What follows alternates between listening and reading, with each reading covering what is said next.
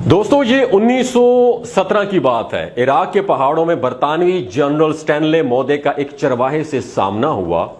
General چرواہے کی طرف متوجہ ہوا اور اپنے ٹرانسلیٹر سے کہا کہ ان سے کہہ دو کہ جنرل تمہیں 1 پاؤنڈ دے گا، بدلے میں پتہ تم نے کیا کرنا ہے؟ بدلے میں تمہیں اپنے کتے کو ذبح کرنا ہوگا۔ یاد رکھیے دوستو، کتا چرواہے کے لیے بہت اہمیت کا حامل ہوتا ہے کیونکہ یہ اس کی بکریاں چراتا ہے۔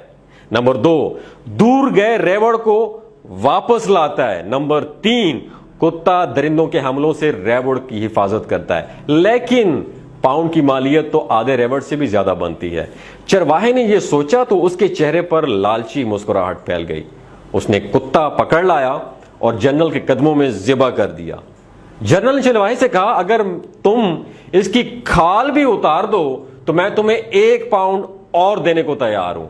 اب چرواہے کے منہ میں پانی آ گیا تو چرواہے نے خوشی خوشی کتے کی کھال بھی اتار دی۔ جنرل نے کہا کہ میں مزید 1 اور پاؤنڈ دینے کے لیے تیار ہوں اگر تم اس کی بوٹیاں بھی بنا دو۔ چرواہے نے پتہ کیا کیا؟ چرواہے نے فوری یہ آفر بھی قبول کر لی۔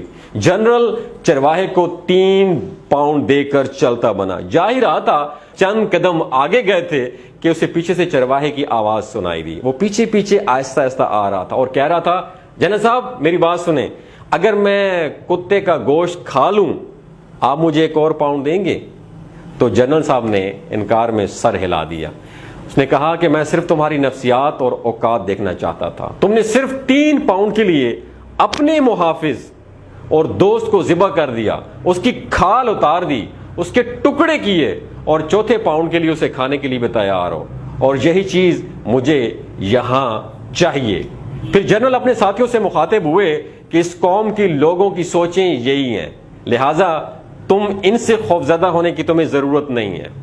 دوستو، یہ کہانی آپ لوگوں کے ساتھ شیئر کرنے کا بنیادی مقصد یہ ہے کہ آج یہی حال مسلم ملکوں اور معاشروں کا ہے۔ اپنی چھوٹی سی مصلحت اور ضرورت کے لیے اپنی سب سے قیمتی اور اہم چیز کا سودا کر دیتے ہیں، اور یہ وہی ہتھیار ہے، وہی ویپن ہے جسے ہر قابض اور شاطر دشمن ہمارے خلاف استعمال کرتا رہا ہے، اور اسی کے ذریعے اس نے ہمارے اوپر حکمرانی کی ہے، اور اسی کے ذریعے آج ہمارے درمیان ہمارے ملکوں میں کتنے ہی ایسے چرواہے ہیں جو نہ صرف کتے کا گوشت کھانے کے لیے تیار ہیں بلکہ اپنے ہم وطن بھائیوں کا گوشت کھا رہے ہیں اور چند ٹکوں کے عوض اپنا وطن بیچ رہے ہیں۔ دوستو، یہ کہانی مجھے بہت اچھی لگی۔